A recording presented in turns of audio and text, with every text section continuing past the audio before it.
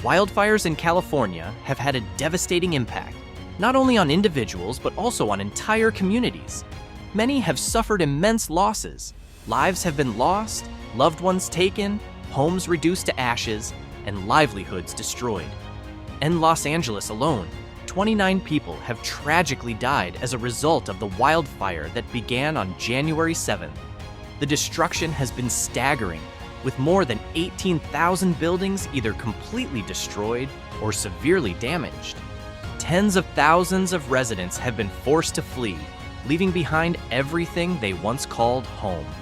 But is the crisis over? Far from it.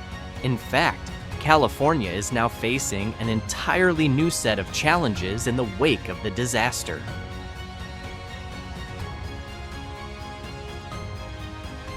In Southern California, residents faced a second evacuation this year. This time, not because of wildfires, but due to the strongest storm of the season. Peaking on February 13th and 14th, the storm brought relentless rain, flooding coastal areas and valleys, including the Los Angeles basin, with up to 70 millimeters of rainfall. Mountainous regions were hit even harder, receiving as much as 150 millimeters. Authorities quickly issued evacuation warnings, especially for communities near wildfire burn scars, where the risk of landslides and flooding was highest. Officials took emergency measures to minimize damage, focusing on vulnerable areas. In Los Angeles County, teams worked urgently to clear debris, install concrete barriers, and place sandbags in fire-damaged zones. These efforts aimed to protect critical water channels and prevent mud flows, as California battled yet another natural disaster in an already devastating year. As the powerful storm pummeled Southern California, landslides swept through the region, hitting burn areas like Palisades and Eaton the hardest. Torrential rain poured over barren hillsides left scorched by wildfires, sending thick mud cascading onto roads and burying streets in and around Los Angeles. Water, debris, and massive boulders tumbled down the mountains with unstoppable force. Despite government efforts to reinforce key areas near roadways, the barriers were no match for the landslides. In cities like Sierra Madre, a wall of mud swallowed a car and damaged multiple home garages. Residents described the terrifying speed of the disaster, saying the ground shook beneath them as the earth gave way. In Eaton, tragedy struck once again for an Altadena woman whose home had already been lost to wildfire. Now, the house she had hoped to rebuild lay buried beneath thick mud. Meanwhile, in Malibu's Palisades, Duke's restaurant, which had miraculously escaped major damage from the fires, was not as lucky this time. On Thursday night, as heavy rain battered the area, mud and debris poured into the parking lot, burying the entrance under a thick layer of sludge. Ironically, after surviving the flames with only minor damage, the restaurant now faced a new crisis caused by the storm.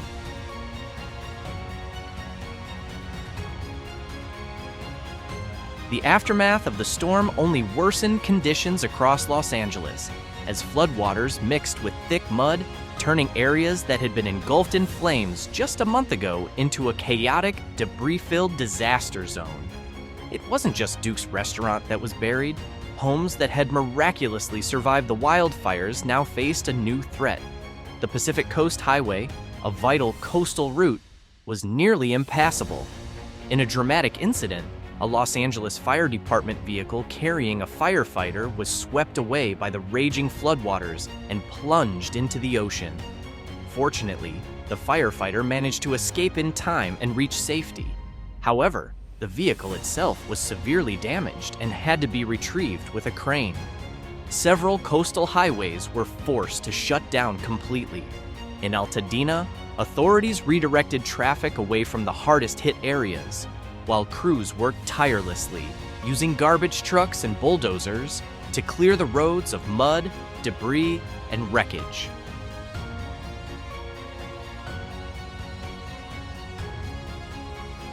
While Southern California was already grappling with storms and floods, an unexpected tornado struck Oxnard on Thursday, February 13th. As heavy rain poured down and residents sheltered indoors, powerful winds ranging from 120 to 145 kilometers per hour tore through the city, leaving a path of destruction in its wake. Nearly a dozen homes and buildings suffered significant damage. Fortunately, there were no serious injuries, and the structural damage wasn't catastrophic. However, for many residents, the financial burden of repairs loomed large. Most were everyday workers, struggling to afford costly repairs, especially without homeowners insurance. In response, meteorologists from the National Weather Service and Oxnard firefighters were quickly deployed to assess the damage.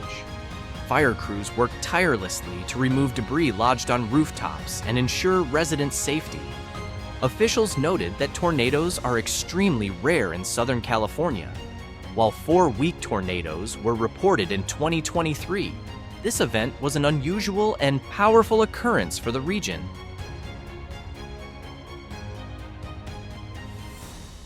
As California was still reeling from floods and landslides, yet another disaster struck.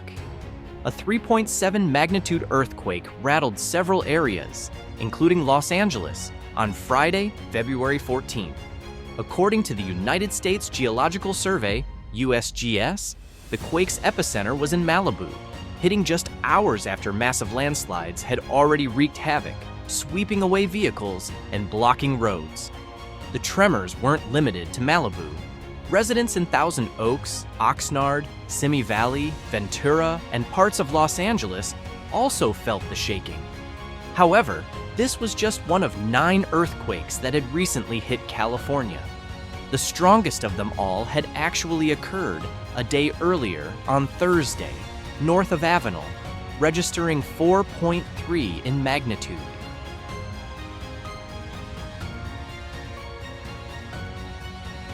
As if California hadn't endured enough, another challenge was on the horizon. Snow and ice were set to become a major problem. While a winter storm was already wreaking havoc on the eastern United States, grounding more than 1,000 flights across major airports, the situation in California could be even more severe. With vast areas of forest stripped bare by recent wildfires, the landscape had lost much of its natural ability to absorb and regulate snowfall.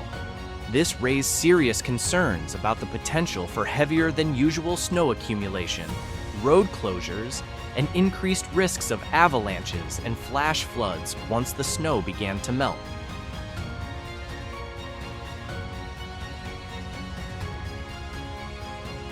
It's as if California is trapped in an endless cycle of disaster. Ravaged by wildfires, landslides, and floods, the state now faces another growing crisis: environmental health threats.